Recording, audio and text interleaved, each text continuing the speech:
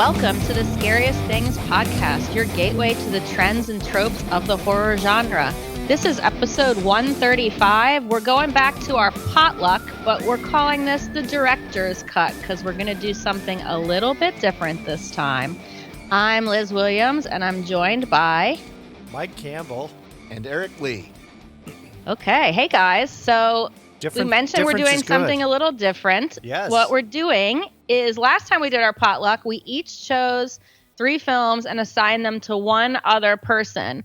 In this version, we each chose one film for everybody to watch, and we're going to do a little bit of a deep dive and spoiler and really get into these films. Because I will say this is one that I said I wanted to do, because when you get to my film, which will be second, because we're going to go in chronological order, this is one that I needed to talk about. So that's why we are doing this. So, yeah. All right. I guess we're just going to jump right in and kick it off, huh? I mean, we don't really have a theme. We don't have anything else to... Yeah, no preambles other than we're going to let Mike kick it off and describe why you picked the movie that you picked. Well, before we jump into that, I would say most everyone has seen one of the films if you're a horror fan. And I would say a lot of people haven't seen 2 of the films if you're a horror fan. True. I would say that could be true. I would say for 2 of the films that we're going to talk about, like, they both have pretty select audiences. Mm-hmm. That's true. And I don't think those audiences necessarily cross over. However, the third movie has a very broad audience and has a multitude of takes. Yes, the broadest audience possible. So I think what's also kind of funny is what we each picked to say, like, oh, this is kind of we're holding up a mirror to ourselves in this one a little bit. Possibly. Yeah, I want to talk. I mean, the reason why we want to talk about some of these movies, the differences vary. We didn't set any kind of a criteria. I mean, it took us a while just to sort of pick and choose what movie we wanted to talk about, because most of the time when we pick 3 movies, we talk about them for 5 minutes and try and get in and get out. This time we're actually going to have debate or discussion between the 3 of us about our experiences with these films. Right. It's a little bit different, because now we know that there's not going to be, oh, really? Tell us about this movie? No, we've now seen them and formulated thoughts about them. Yes, we have each watched these films. I gave Liz and Eric a film. Liz gave me and Eric a film, and Eric gave Liz and I a film. Yes. Yes. So the film that I gave Liz and Eric, this is a film that, as I was telling Liz, I hadn't seen till about 4 years ago, and I'd always really wanted to see it. It was always one that, as I peered around in the darker, deeper recesses of the video store, this was a film that was definitely always on the shelf, and I thought, I was always intrigued by the cover, and I finally got around to seeing it, and I was like, wow, it's amazing to me what a great film this is, and it's also amazing to me that it didn't come up on our top 100 list, and it's never a film that we've really talked about, but it is a pretty quintessential part of the 1970s horror canon. It's, I would say probably top 10 in 1970s horror, really, if you had to get down to brass tacks. This, of course, is the 1975 supernatural slasher film, Tourist Trap. This is directed by David Schmoller. And it stars the Chuck Connors. This, of course, the film, the producer and producer-writer, I think he did some writing, or at least had some role in the writing, was, of course, Charles Band, who would go on to Full Moon. He would go on to Puppet Master. He would go on to Evil Bong and Gingerbread Man. And Ginger Dead Man, and everything else in between. As you know, I had always been a fan of Chuck Connors, like growing up as a kid. His chin. Yes, with his giant chin. But what's interesting to me? I don't know if you knew this, Eric, and we're going to nerd out on sports here for a second, but which is not horror at all. But Chuck Connors actually played minor league baseball. Mm-hmm. Right, he played for the Newport Dodgers, and then he also played for the Norfolk Tars, and then he actually ended up playing for the Boston Celtics. He played for the Boston Celtics in the the 47-48 team, and so he is only one of 13 athletes. Wow. Chuck Connors to have played in both the NBA and Major League Baseball, And appeared in Old Yeller. and appeared in Old Yeller, Oh, and he totally was an old and appeared in Tourist Trap. Yeah. He's not what you would. He's not what you would expect as he's not a horror actor. Mm-hmm. He's not a fiendish Vincent Price type. But he is a massive dude. He's like 6'6", 6'7", and he just cuts a huge figure. But the thing that's great about Chuck Connors is, and in the film, he plays essentially two roles. He plays himself as the sort of the lead character, but he also as who runs the tourist trap, but he also sort of plays his brother. Yeah. Well, and that's that's sort of the big spoiler, Right. Right. And the thing for getting to your point about that he's a bit of an unusual type of person to be in a movie like this, I think stems back to the fact that he was the dad in Old Yeller. He was the trusted the trusted cowpoke who, when you had to put down the dog, you knew you could trust him. That he was. There's a real warmth about Chuck Connors, Right. And so it was essential for him to play both sides of the fence in this movie, both the man who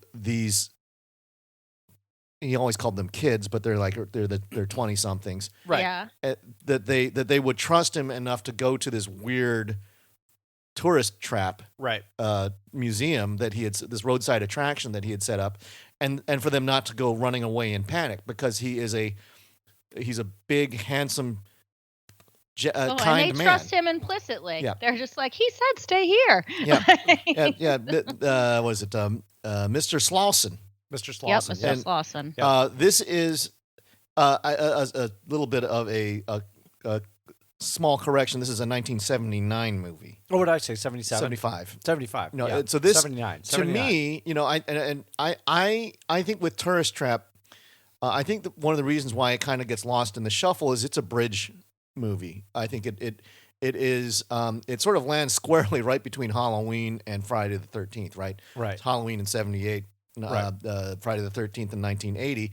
And it well, does not go to the gory levels. What's funny about that? Those- You know who they really wanted to direct the film? Guess who? Speaking of Halloween, John Carpenter? They were absolutely after John Carpenter, but Really? yeah.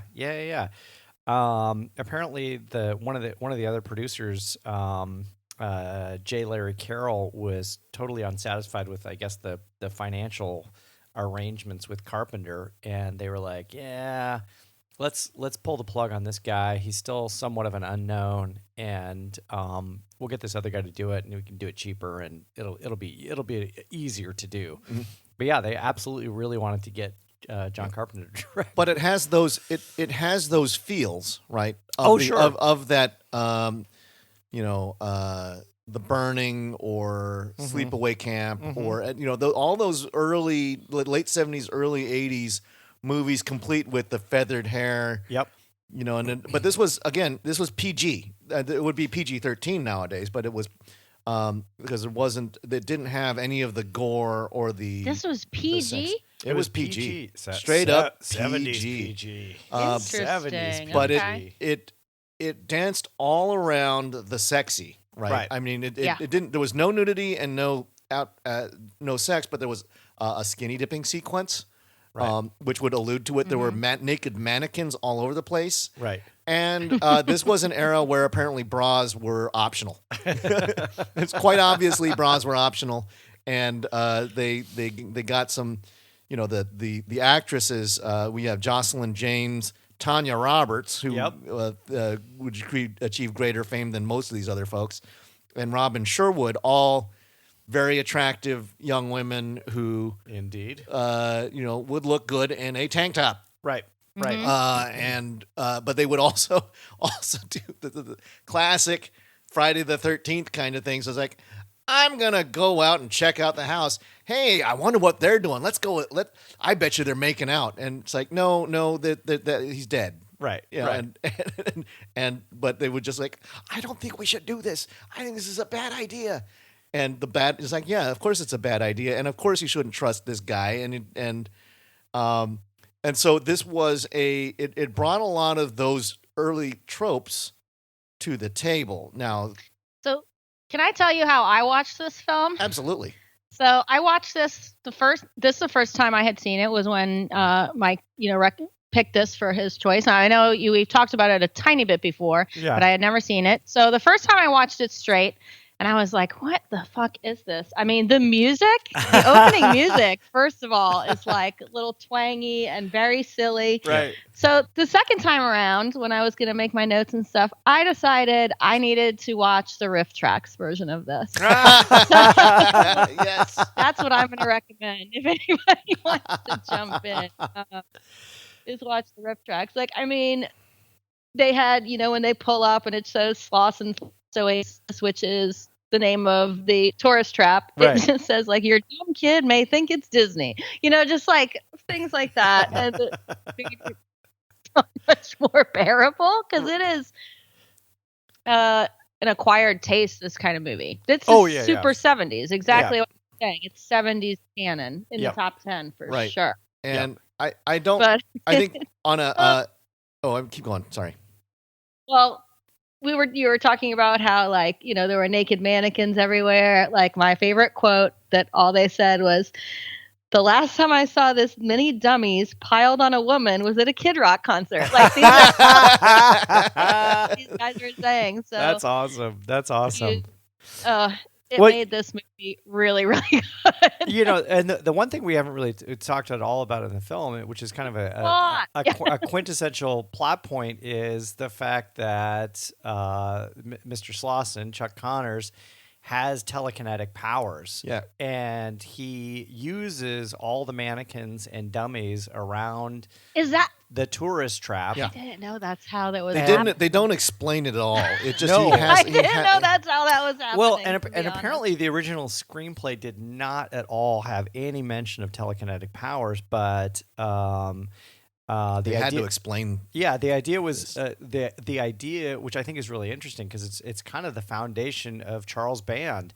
He was the one that came to the table with the whole telekinetic powers idea and controlling the dolls and dummies and mannequins. And I was like, well, this is a very foundational, a quintessential foundational piece to Puppet Master and dolls, goddamn everything else within the Full Moon catalog. And so that's, I mean, I still go back. No, I think you're right, Liz. I mean, I think there are a lot of sort of silly, jokey elements to the film, and certainly, looking at it through the lens of 2021, it may not hold up for youngsters today, but I still think, like, the way they concocted the dummies and the characters and even Chuck Connors with the mask and the dolls and where they open their mouths, I think creepy. Is still so chilling and so terrifying. And there's only really a handful of jump scares in the film. Yep. Just a couple, just enough to, like, sort the of mask was what was the creepiest. Yeah. And you can see the mask on the poster, the film poster, and the VHS box set or whatever. But yeah, when Chuck Connors and or the mannequins open their mouths, it is absolutely terrifying. I think it's absolutely terrifying. Yeah. Another thing that I wrote down, though, is trying to relate this to now, because we said we're spoiling. So, like, he is killing these kids because, like, his wife cheated on him, and like a whole drawn out story. But I wrote, like, this guy's like an incel. That's what he reminded me of now. So he was creeping me out. That's he funny. Wants to, like, have her be his wife, and he killed. I was just like, oh, wait a minute. So she has an affair. So it's he pretty much says, like, she had an affair. So it's okay to murder both of them. Yeah. No, well, an affair with his brother. Okay. Yeah. Right. And he's right. And he's compensating by being the brother, and then and having him to blame, and those, it's not an unfamiliar kind of a trope. This is, I think it is for the type of movies. It's a well done, straightforward version of or totem of the kind of the slasher genre. Mm-hmm. And I think that there was,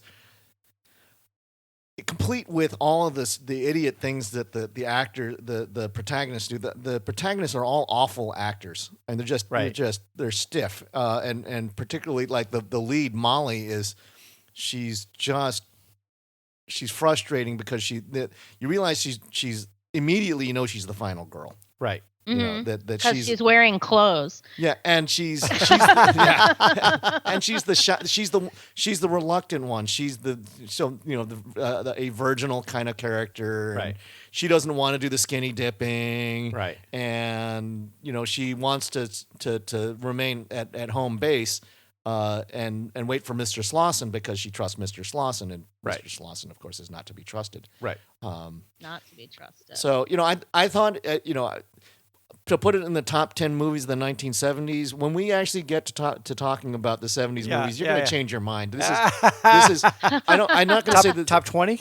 No, it's like I could probably 30. It's like I don't want to start the countdown of all the other of the 20 movies starting with 50. Yeah, Exorcist, Jaws, Carrie. It's like all right. No, this is a well done middle tier, straightforward.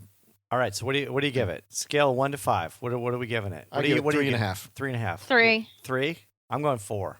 Yeah, I think it's 3. All right. Yep. All right. 4. Okay. All right, let's move Riff on. Tracks, I'm going 4. Yeah, the Regular, riff track I'm sounds like going 3. the fact that if it's going to end up on riff tracks, that sort of gives you an idea of what the level of great. the film. But it's plot wise and the execution super solid, and particularly for a PG movie. I'm gonna close out this discussion with a quote from Stephen King.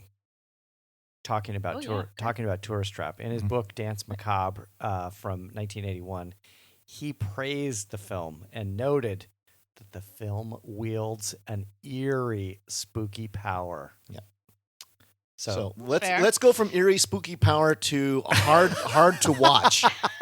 Liz, get us cooking with your movie. Hard to watch. Okay, I picked Ken Evrenol's 2015 debut feature, Baskin. This is a Turkish language film. Baskin means raid in Turkish. And Baskin is... does it really? It means raid? It means raid, which kind of adds another layer. So. Oh, I thought it translated to I thought it actually translated to hell. No. It could be Even both. though it's a raid. raid in hell. Right. So that's exactly correct, Eric. So a little bit of background on Baskin. So it's in Turkish. Ken Evrenol made a short film called Baskin, which Google it. You can check it out on Vimeo for free. Also hard to watch. Also hard to watch. Or not. Eli Roth saw his short film at a festival and says, "I'm going to finance you. You're making a feature." Something happens, a couple years go by, and the financing falls through. So Ken Evrenol says, "Well, I'm just going to do it myself." So he finances this movie that they shot over 28 nights, only at night. They never shot in the day because they had some crazy things with permits. And what the film is about is it opens with a group of police officers who are at a roadside diner talking trash, talking sex, talking drugs, talking everything. And then they get called to investigate the scene of this crime in this weird neighborhood. They're backup. And they're the backup. That's right. So a group of cops needs backup at this thing. So they're on their way there and they get in an accident. They drive into the river. Shit goes wrong. They find these people on the side of the road, and one of them says, "Okay, we'll bring you up to this building." And when they get there, it's this creepy building that in the olden days was a police station. What they find there is the other group of policemen. Well, they find the remaining other policemen and a cult that is led by this tiny robed figure named the Father. So, Father is played by an actor named Mehmet Sarahoglu. Sorry, that's Turkish. I cannot pronounce it. And Mike, your question was, is this guy wearing prosthetics? So if you Google the Father, no, he is not. This is what Ken Evernall said to Fangoria. Said, Mehmet has a story of his own. He had no prosthetic makeup on him. 2 different doctors in northern Turkey are still trying to get a patent for his unique medical condition, which is said to be 1 in 30 million. Wow. So he just has a rare skin condition. It makes him look like a baby face. And Ken says, nicknamed the spaceman in his neighborhood, Mehmet is an amazing guy, to say the least. He's 40 years old. He's a car park attendant. He has 3 kids. And I took a big risk in casting him as the main villain with no acting experience whatsoever. Wow. Yeah. That's incredible. It is absolutely incredible. And he's got this baritone voice out of this tiny, freaky looking man. This tiny little guy. Very creepy. So Simon Abrams from Siskel and Ebert says that Baskin does what many horror films try to do and fail. It makes you feel like you're a passive prisoner/spectator watching an especially vivid nightmare unfold. It resembles a Turkish Hellraiser. Yes. The group is challenged by a religious cult that makes Clive Barker's Pinhead and his sadistic godlike Cenobites look downright benign. Yes. So this is... Agreed with all of that. And before I get into you guys, I'm going to say that also in that Fangoria interview, Evernall says that his main inspiration for the father's cults were The Descent, which is number 22 on my top 25, Quest for Fire, and Frontiers from 2007, which is number 5 on my top 10 French language films. So this is wheelhouse for me. I don't know. I saw this movie when it came out in 2015, and I have never forgotten it because it's impossible to forget. Yep. But I thought it was much worse back then than I do now. So that's also saying something about how much horror I've watched. So, the main quote from the movie by the father to these police who then end up being tortured is, hell is not a place you go. You carry hell with you at all times. You carry it inside of you. And that's the summary of the movie. Well, there's another quote from the short film that I think is really apropos, and it was, faith comes from fear. Cool. Yeah, the short film. Faith comes from fear? Faith comes from fear. Interesting. Because they start talking about, the do you believe in heaven and hell kind of a thing, and it's like faith comes from fear. I think one of the juxtapositions here that is important is that, when you talked about the sort of the shit talking that the cops have at the beginning of the movie, they're the swaggering kings of the neighborhood. They are the law, and they are bullies. They are not they're not good men. Well, but it also sets up that interesting juxtaposition too, where they're kind of like they're invincible, and there is nothing that can stop. There's nothing that can stop them. Of course, you learn later on that there's plenty that can stop them. There's plenty that can stop them. Particularly when you deal with a cult and the demons that are part of this. It is. Oh. Yeah. So something that I read said that the torture and death of each policeman reflects one of the sins they described while they were in the restaurant. Lust, rage, gluttony. And I was like, I didn't even get that. Oh, that totally makes sense. So there was a lot of stuff in the film that that was sort of I didn't catch that. I don't know if it was like a cultural thing or the fact that it was in Turkish, but like, the end scene where you realize they're potentially in a loop, a time loop. I love that. That was perfect. That's sort of never ending. I didn't see that coming at all. And when it happened, I was like, "Oh wow, that's very, very clever." Well, the end loop sequence when let's see who the character. Oh, let me his name. Arda. When he is stumbling down the road, I was like, oh, it'd be really cool as if, it had happened. Right. It was like full circle. The caught in the time loop. I had a hard time.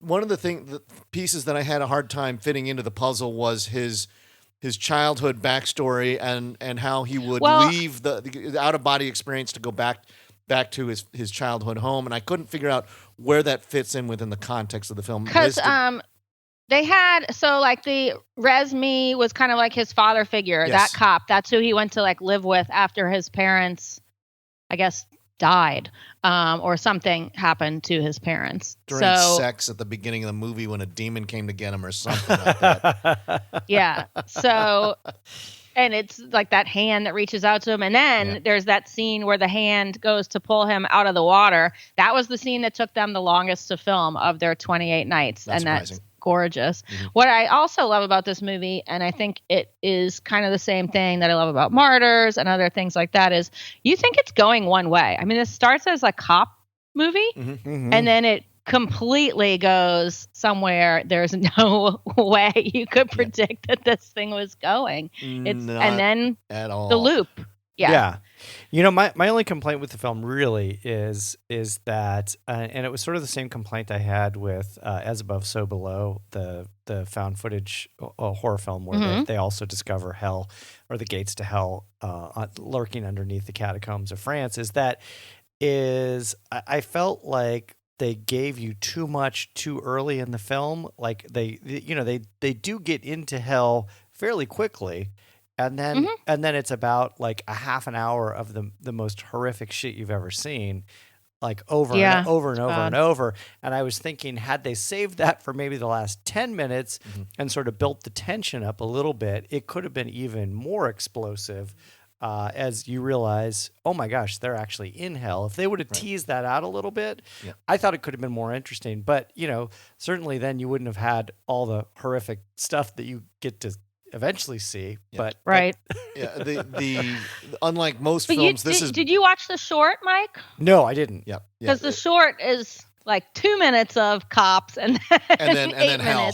Right. They don't give you the sort of the setup. I think that I think it was important to do that the restaurant sequence. Yeah. And then I think that there was also there was the character who Sabo who got sick early and he went into the bathroom and he started seeing frogs. Right. And that's your and I think that's Exodus. That's like the wrath of God showing up with a plague of frogs. Right. Right. And whether or not it's kind of curious. I'd be interested to know if Ken Evernall is Christian or if he's Muslim. Right, I don't know. Yeah, and whether Islam, not certain whether the Abrahamic, or the Moses story still plays into Islamic lore in the same, or the plagues, the 7 plagues and all that kind of stuff. And I don't know if that's my biblical knowledge is limited, but I know there's the rain of frogs and the river of blood and all that kind of stuff. Right. But that was sort of the God foreshadowing, and I don't know if it's like that was a warning. I think it was very so. And you see multiple times where you see the frogs, and it's like there's the frog catching people. And you get the weird, like a lot of people with exaggerated features. There was like a giant guy with exaggerated features. Yeah. The gypsy character. Yeah, and I was surprised actually, Liz. You made some references as to what Cannes' influences were. I'm surprised you didn't bring up Jean-Pierre Jeunet, and how he used Ron Perlman and Dominique Pinon, who show up in City of Lost Children and in Alien Resurrection. They are 2 very, very strange looking men. Oh yeah, for sure. And with exaggerated features. You got the little tiny guy with the huge ears and the huge forehead and the big eyes, and then you got Perlman, who looks he's like kind of cavemanish, right? And he's made a career out of being different looking. Yeah, and I think it's spectacular that the actor that plays Baba is like a non-actor because he's like, no, he's not an actor at all, which is totally crazy.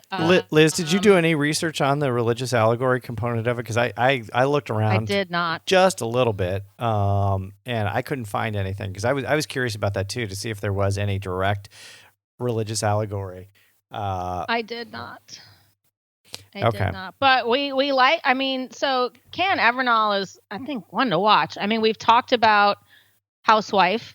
In Cosmic Horror, which Eric, I think we saw together at the Lovecraft Film Festival, and also batshit crazy with. I mean, he's doing some stuff. He's a visual auteur for sure. Yeah, he's totally a visual auteur. He did one of the A Field Guide to Evil sections, which is international folklore, and he's one to watch. This one just has obviously stuck with me since I first saw it in 2015. You can't forget this.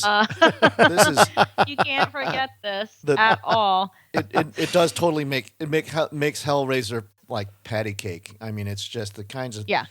And actually, you were saying that it subjects the men to their own. I mean, so it going back, and if I dare go back and watch this whole thing again. I think you should, because you know the shock value's gone, so now you can like pick out pieces. Because like Yavuz, who's the guy who gets it the worst, right? He all the kinds of things that he has to do, and it's like, oh, what comes around, what goes around comes around. That's kind of deep.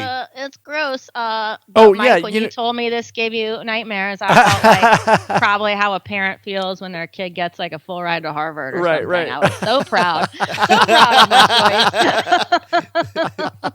choice. Found something that scared Mike.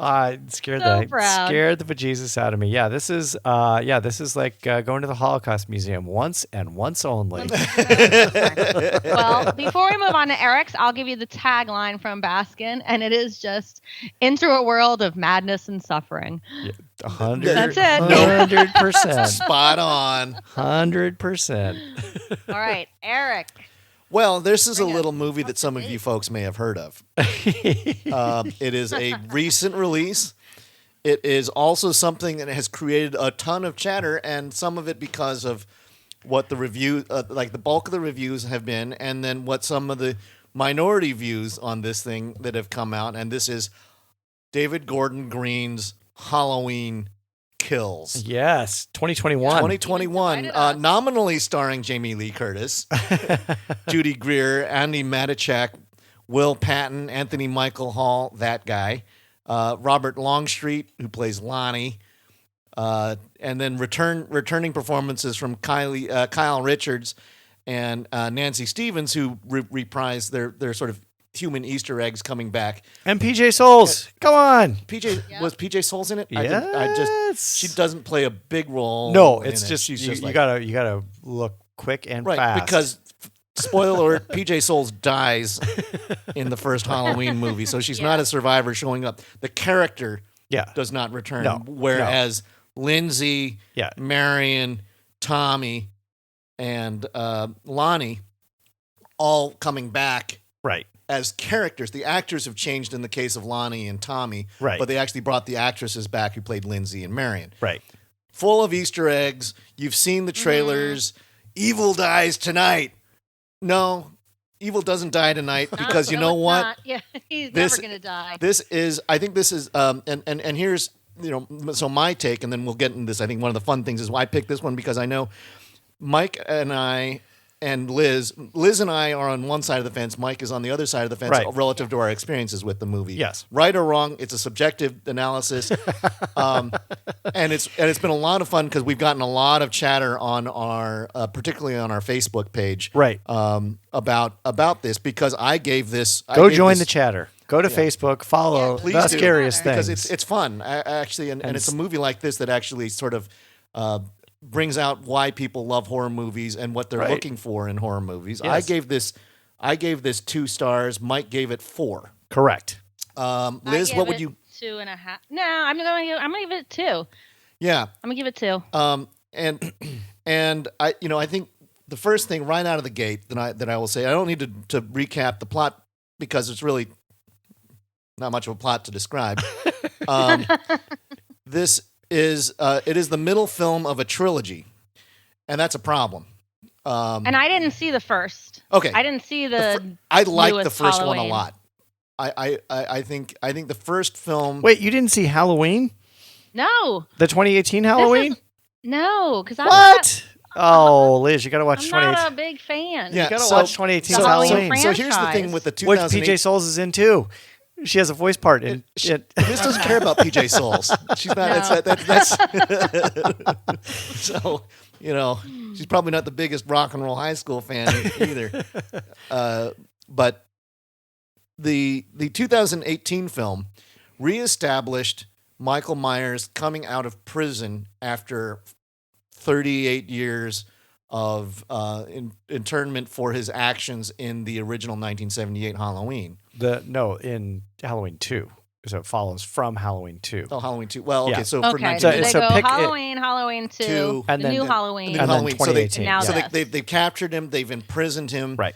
And then he gets out, and then he eventually makes his way through the assistance of a psychologist who wants to see him and face off with his the people who opposed him Right. in Haddonfield so many years ago. Right. Solid plot. It gave you kind of a lot of the things that you wanted out of it. It rehumanized in a way, not human, like empathetically humanized, but it made Michael Myers back into a psycho killer threat, but not a demon from another plane that he kind of becomes. He becomes Jason Voorhees. It's like to the point where it's like in the other sequels. One of the reasons why the other sequels just constantly got trashed was it was a money-making gig that they needed to bring Michael Myers back, so you couldn't kill him, so he was no longer human, because you also couldn't just have him kill people and them not fight back. Right. 2018 reset that clock. Right. This one does the opposite. It falls back into the old traps of unstoppable killing machine. Now he's a 75-year-old man who's a killing machine, and you open up with the movie right where we left off in 2018. Emerging from the fires, the burning embers of the house that they trapped him in, he kills off an entire squad of firefighters with axes and But actually, saws. the film starts. The film begins not where they left off in 2018. It begins With where they Officer left Hawkins. off. Where they left off in Which is- 1978. which to me is a total throwaway. Okay. And I will tell you, because what it's trying to do is it's trying to establish the backstory of Officer Hawkins, who is Will Right. Patton, Right. who we talked Right. about actually fairly recently, who shows up in the Mothman prophecies. Anyways, Oh, yeah. Will Patton is supposed to be. It's like, okay, they tell the backstory of Will Patton's character, and he's like, Will Patton's going to save the day, or he's going to play a pivotal role in this. He doesn't. He's in Right. the hospital the entire movie. It doesn't matter. A lot of people are in the hospital. Yeah. the Jamie entire Lee movie. Curtis. They do the movie. The movie trailers go, I want to see the life drain from his eyes. Michael, I'm coming for you. Right. No, not in this movie. No. It's not. Right. She's in the hospital the whole time. Right.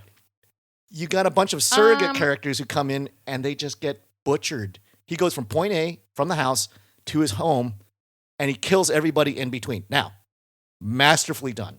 That's The what I kills- liked, though, the amount of butchering. Yep. It is it for I for thought yeah, absolutely good. Liz. There's actually more kills in this movie than any of the Freddy or Friday the 13th films, It or is- any of the previous Halloween films. Somebody tabulated the total number of yeah, kills, for and sure. it's actually hits Right. hits 30. It is really impressive the way they did. I think that visually and action wise, spectacular. Yep. But All it right, makes- so here's the looks here's the counterpoint to all that. Yes. This is it's a pro con counterpoint Yes, pro-con. list. Pro con. Okay. So, pros, it's super violent. Yes, yes. Cons, it's super violent. yes, Pros, the second act continues the original story. Cons, it's a second act and it doesn't really go anywhere. yes. Mm-hmm. Pros, you get badass, grown up Tommy. Cons, you get badass, grown up Tommy. Is that Anthony Michael Hall? That is Yes. Anthony Michael Hall. That's I Anthony loved Michael him Hall, in it, yeah. and it's nice to see him. Evil Yeah, dies it tonight. is. No, Yeah, Tommy but dies did you tonight. feel like they were trying to make this into some Wait. comments on January 6th? Yes. Pros, there's a little Laurie Strode. Yeah, like- Just a little. Cons, as Eric already pointed out, there's not enough Laurie Strode. Right. Yeah. Pros, Laurie is vulnerable for once. Yes, Cons, she's Mhm. vulnerable and you don't see her enough. and doesn't matter. Right. Pro, it's an interesting, I think it's an interesting allegory, Liz, as you just pointed out, to today's divisive culture. And potentially, I think they wove in some narrative towards the end. There's a narrative that Laurie delivers towards the end of the film, which could be a nod to January 6th. Can you actually can you I didn't like elaborate that a little bit part. on that? Because the thing that I don't know if they cut that in after the fact, or they were able to because of the delay. How would that affect the story, though? I mean, I don't. I just think it was pointing to. Pointing to that like this moment in history. The con to that, I think, is that it may not hold up in coming decades. We may look at that and go, what was all this stuff about divisiveness? I think it was a bit coincidental. It's not going to be like The Purge where it made sense. It didn't make sense in here. I thought it was forced. Right. Pro. I loved, and you didn't like this, I loved the connection to the night of the original Halloween film. I thought that was really well done, and it was really, really interesting. Con, I hated Lonnie. I thought that was the throwaway part of that original nod to the 1978 film, because there is no Lonnie in the 1978 film. They show the back of Lonnie's head. And they just refer to, I mean, it's like a minor character. Here's the last pro, and there is no con to this. It's Michael Myers. You get 2 hours of Michael Myers kicking ass and just laying waste to everybody. And if you don't love that, then you don't love Halloween and you don't love horror movies. I think the first part of that is. I think the first part of that is true. Halloween. Because the reactions that we got back on Facebook was right. I loved the kills. That's all I wanted. I just wanted to get back to old school, just killing. And it's like, then you'll love this movie. Right. No, you know what? The thing I totally agree with you about is like, if you look at this, if you look at like obviously there's 3 films, right? There's Halloween, Halloween Kills, and Halloween Ends.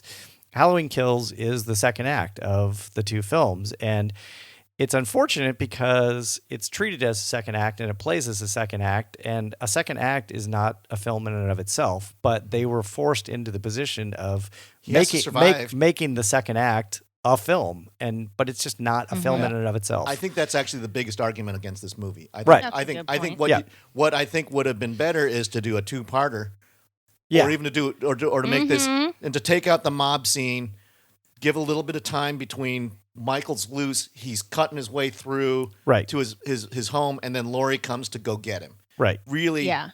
And instead, what you had is a bunch of surrogates try and go get him and fail. But they were all inconsequential. I mean, they're consequential to the point where it's like, hey, look, you remember Lindsay? She was the girl who, it's like, she goes out there and tries to kill him. She doesn't get killed, but she's like, she disappears. She's inconsequential to the film. Right. It was an Easter egg to say, hey, fans, you remember Lindsay? Isn't that cool? It's like, that's kind of cool. Right. But does it advance the plot? No, it really doesn't. You really, at the end of Halloween Kills, you were pretty much at the same point as where you were at the end of the 2018 movie, and now it's like, all right, Laurie's got to go out there and deal with it, but now her daughter's dead, and now she's got extra motivation as if she didn't have. We don't know if her daughter's dead. Well, right. Oh, come on, she has to be dead. Yeah, and the other thing is they're going to have to build up a whole new supporting cast because the bulk of the supporting cast got killed by Michael Myers. Right. Everybody did. Yeah. Right. And the sheriff from the 1978 film, he's looking a little old. I don't know how old he actually is. and he was purely there just to be an Easter egg. It's like, remember this guy? So right. My guess is that what they did was they were setting up with the backstory of Will Patton's character, the cop, is that it'll have to be the 2 of them get out of the hospital beds and limp towards. So you got these two 60-something people. I think it's supposed to be set. I think it's set 3 or 4 years after this night. The Halloween Ends. Okay. So is he just going to be standing at the window waiting for these guys? It's like, because he's going to go. You know that it's going to be him. He's going to take on some odd jobs. He might do, some lawn mowing or some leaf raking, or shrub cutting. Or Michael Myers will figure it out. He's an industrious guy. He knows how to use tools. Yeah. It's clear. Yeah, there were some other things like the logical system, like the mob thing was like, please, it doesn't. I agree with Liz. It's like it didn't need to be there, and it also served as because this really became the town of Haddonfield versus Michael Myers, and Michael Myers won. Right. Yep. And there was the thing of like, hey, it's the fake Michael Myers, kill him. Oh, wait, no, that's not him. It's like, you couldn't tell that when you were chasing him. It's like, that's not him. Now that we can see his brain splattered on the ground, it's like, oh, man, come on. That was just that wasted 15 minutes. I think that there would have been, it's like, why because Haddonfield's legacy and its story is so intrinsically linked with the events from the Halloween movies, if there was a known slaughter of 12 firemen, why weren't the cops out there warning the entire neighborhood and specifically the poor gay couple? Well, they were though. Butchered? The cops didn't go door to door and say. Well, they were starting to, but I mean, I think the events happened so fast because the sheriff makes very clear. Well, early on in the film, he makes very clear that we need to tell everybody, and then of course Tom. Why weren't the cops arriving with the first responders with a fire of that magnitude when they were dragging Laurie Strode and her children away from the fire after Michael Myers had? I think you might be overthinking that element of the film. I'm thinking a little bit much. I guess that's my ultimate point with this whole thing. Is I think you don't think about it too much. Yeah, you really do have to suspend a lot of disbelief. And if you like a horror film and you like Michael Myers, then just buckle in. And, I think and you have to like Michael Myers. Yeah. Take it for what it is. Because now, Liz, do you not like the original Halloween? The 1970? No, I like the original. Yeah, but I actually like Season of the Witch. Season of the Witch is but great. The rest, I'm just like, God, end it. I don't know. Like, franchise is hard, and this franchise is too much. Oh yeah, for sure. One was great. It's too much. 2 was solid. 3 was different.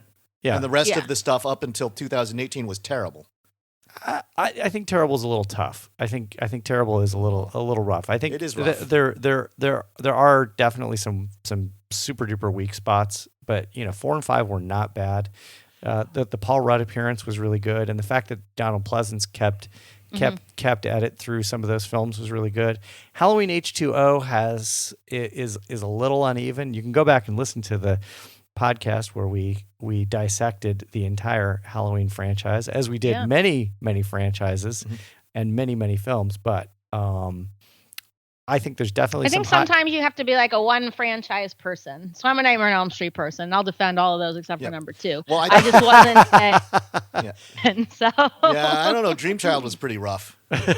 Right. Still love it. So all right, what? It's just that's the way it goes. All right. So I don't even remember what I gave. I think I gave it a 4 out of 5. You gave it a 4. And you gave it a 2. A 2. And Liz, what do you give it? What are you going to give it? A 2 also. All right. Yeah. But there are. Go read our reviews at thescariestthings.com 1T, and you can agree or disagree with Eric or me. There are advocates on both sides of the fence, and like today's political climate, people don't take the middle ground much in this movie. No. This is either you love old school slasher movies where you can turn your brain off and you want to see spectacular, gory killings. Yep. Or you've grown accustomed to protagonist-heavy, plot-heavy horror films, and you think that this didn't have a plot or character development. You mean you've evolved as a human being? Yes. You're like too into A24 to go back to Haddonfield. Right. Yeah. Well, and I think the crying shame is I thought that 2018 had largely solved the weaknesses of the sequels of Halloween. Yeah, you need to go watch the 2018 list. Come on. I do, because I remember you guys talking about that, saying like, it wipes the slate clean, picks up where it's supposed to, and it got such rave reviews. And I just think this one, I do need to watch it, but this one's just getting that probably what you said. They didn't need part 2. No. And don't do a trilogy. This is the middle, so it doesn't go anywhere. This feels like the return to Halloween 4. Kind of. Ah. That's like, it's like, even though that took the whole story in a completely different direction. Well, I mean, this one actually doesn't take the story in it gives it a very straight line direction, but it's just sort of it's stasis. It doesn't move the story, but thematically it's like unkillable.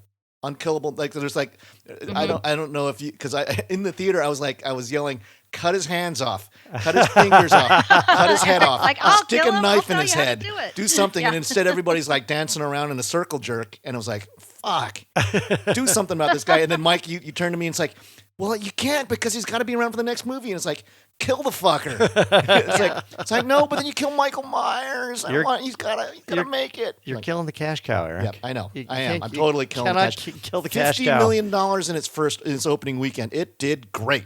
So well, yeah, it will I mean come- that's the other thing I would say too is that this speaks to, I mean, much like Halloween 2018, much like It Part 2, this speaks to the power of horror and the fact that there is a unquenchable appetite out there of horror fans, and they are serving up, I think, a really quality product for everyone to go and see. And people clearly are voting with their pocketbooks, and they love This going, is a going to nostalgic trip. I mean, they it is- love going And to wait, and so that made 50 million in the theaters because it was on Yeah. HBO too. No, not HBO. So it's on we didn't watch Peacock. it in the theater. Peacock. That's right. Oh, yeah. Peacock. We Yeah, didn't watch nobody it has in the theater. We watched it on that. Well, you could get it free. Oh yeah. Like Right. you sign up for my So- trial, watch that, and then cancel But it. this is one of the, I mean, honestly, this is the, Halloween may be, it's one of the absolute biggest franchises in horror available. And For so it sure. doesn't surprise me that and due to the success and the quality of the 2018 film, I think it sort of justified a pretty big opening. It hasn't, after the opening weekend, I think word kind of got out and the divisiveness of it, and then it's kind of slowed down. But still, they're laughing all the way to the bank. They made total bank on this. Oh thing. yeah. For sure. All for right. sure. So that I think that sort of segues into our last little element here, and this is if you want to get more in-depth information and not have to listen to us spout about what we think about Halloween. But you should. Halloween Kills.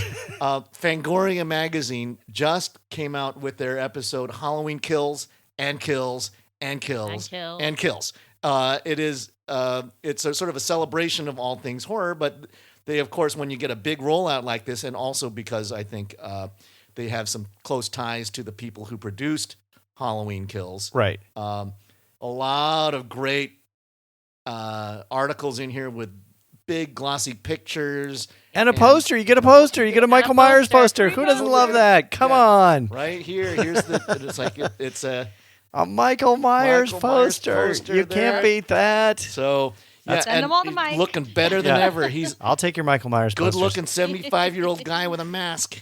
Yep. Yeah, so go to scariestthings.com, click on any of the ads that you see for either Atmos or Fangoria. Head over to Fangoria and buy all sorts of crap. And You'll save money. You'll save money. Use the code STP20. No, Scariest Things 20. STP 20. TST20. TST 20. No, The Scariest Things 20. Use that code. Yeah. Use that code. Save money. Buy cool stuff from Fangoria. Yep. Back issues. So they're so good. It's really, if you're a horror fan, it's the quarterly Bible. It or is. bi-monthly Bible. I think we get 6 of them a year. Something like that. Yeah. I should know. But For sure. anyhow, Eric, are you going to take us out with the tagline from Halloween Kills? I will once I get it. So Oh. why don't you open this up? Other than It's not. You mean the tagline is not Halloween Kills and Kills and Kills and Kills? And kills. it's like, or I could make up my own ones. I could say Halloween kills from point A to point B. Halloween kills a bunch of cannon fodder idiots. Halloween Kills doesn't have a tagline. That's what I was sort of Because it's searching. the second one. They're Maybe- gonna maybe wait. it's- the first maybe one it's gets the- one and the third one. Maybe it's the night he came home Part 2. again. The night he came home again. after the fire. The night he came home again. Again. And he's waiting for you, Lori. I'll be here when you're out of the hospital.